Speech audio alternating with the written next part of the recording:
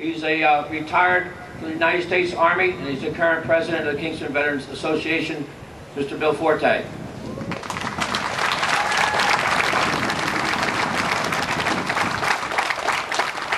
Thank you. Ladies and gentlemen, distinguished guests, and veterans, welcome. We gather once again to pay tribute to our veterans who have lost their lives over the years in defense of our freedoms and liberties. But I would also like to take this opportunity to thank our veterans of World War II and Korea. You see, many of them are not with us any longer. Most World War II veterans are well into their 80s and 90s, and the Korean War veterans are only a few years behind them. It is for this reason that I ask you to take this opportunity now, today, to thank them, individually if possible, for the sacrifices they made to keep this country the envy of the world. Some of you know that I served in the active army for a long time. But how many of you knew that I was a born-again American? That's right, a born-again American. I believe in the Constitution and the Bill of Rights, as they were originally written. You see, I have had the occasion to see what war can do in an up-close and personal way.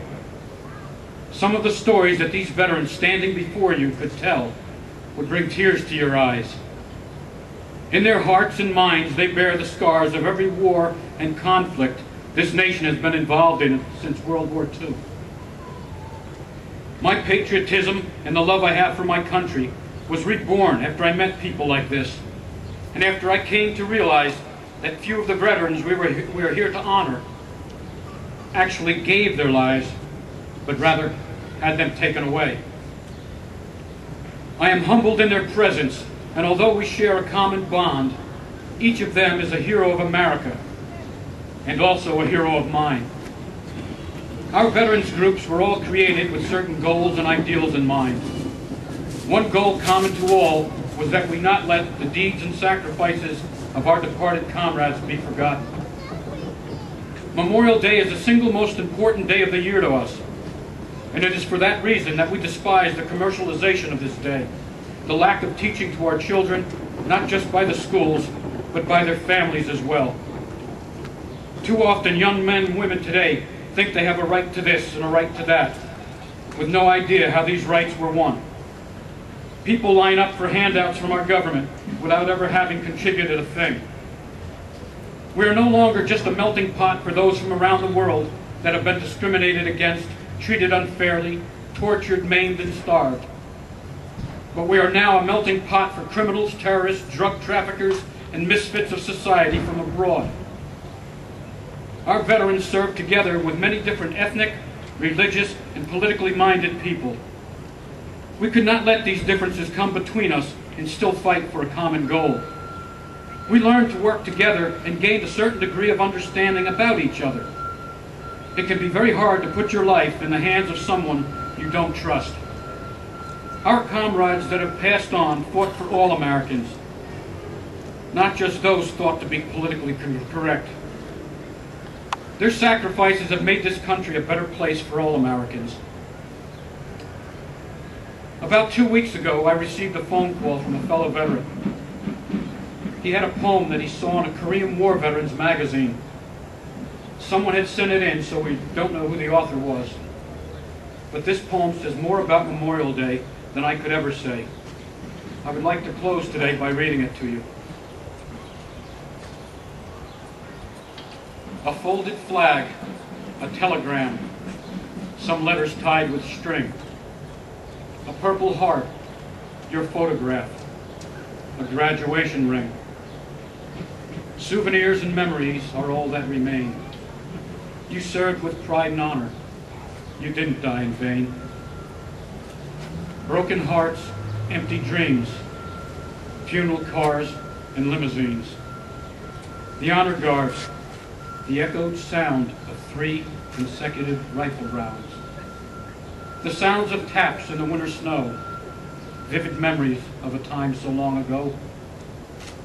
You are so young to go to war and die so far away. I often think of others too. who lost their lives that way. Freedom's price is always high. Some are wounded and others die. Blinded eyes and shattered bones, hospitals and nursing homes. You rest in peace, there's no more pain, no bitter cold or monsoon rain, no heavy pack or bandoliers, or sleepless nights and lurking fears, no hand grenades or bayonets, no eerie shadows or silhouettes, no firefights or night patrol, just silence now. God rest your soul. Thank you.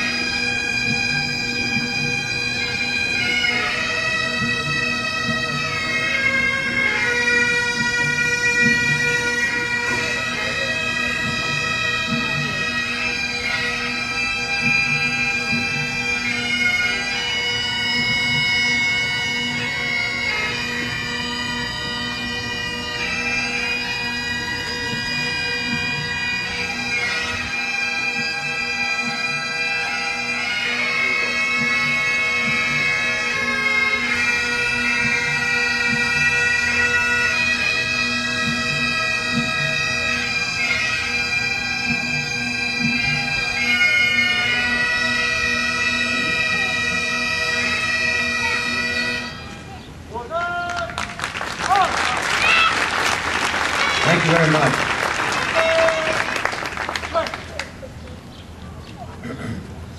We're going to end our ceremonies today with the traditional rifle salute and playing of taps, and then our closing remarks.